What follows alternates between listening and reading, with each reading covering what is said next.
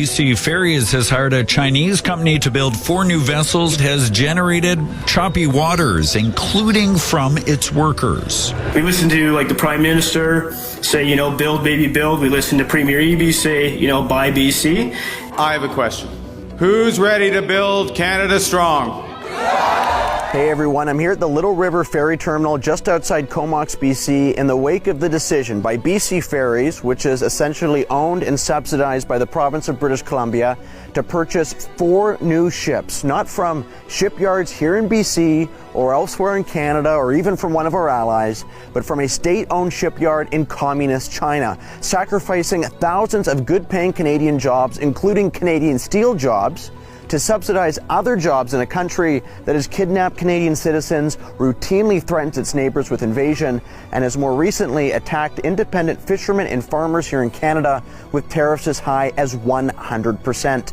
This after the NDP Premier and Liberal Prime Minister have spent the last 5 months or so preaching the necessity of buying Canadian, supporting Canadian products, Canadian workers, etc.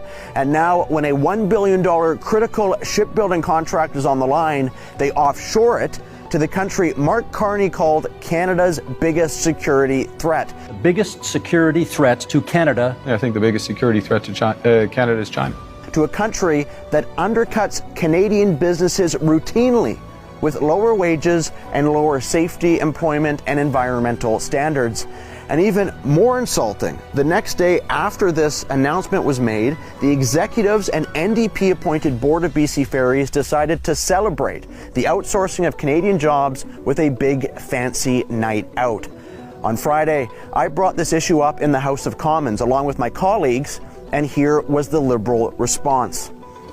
Mr. Speaker, thousands of good-paying Canadian jobs were lost this week when BC Ferries announced the purchase of 4 new ships, not from shipyards here in Canada, but from shipyards owned by the Chinese Communist Party. This despite BC Ferries receiving more than $36 million in taxpayer money from this Liberal government, taxpayer money that is now subsidizing jobs in China, a country that has kidnapped Canadian citizens and has unjustly tariffed our farmers and our fishermen. Will this Liberals government stop pretending they're helpless, show leadership, and demand these ships are built in the best country in the world, right here in Canada?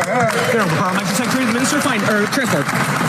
Thank you, Mr. Speaker. I share the concern and I share the outrage. The reality is that this particular project, again, is under provincial procurement standards, regulations, and oversight.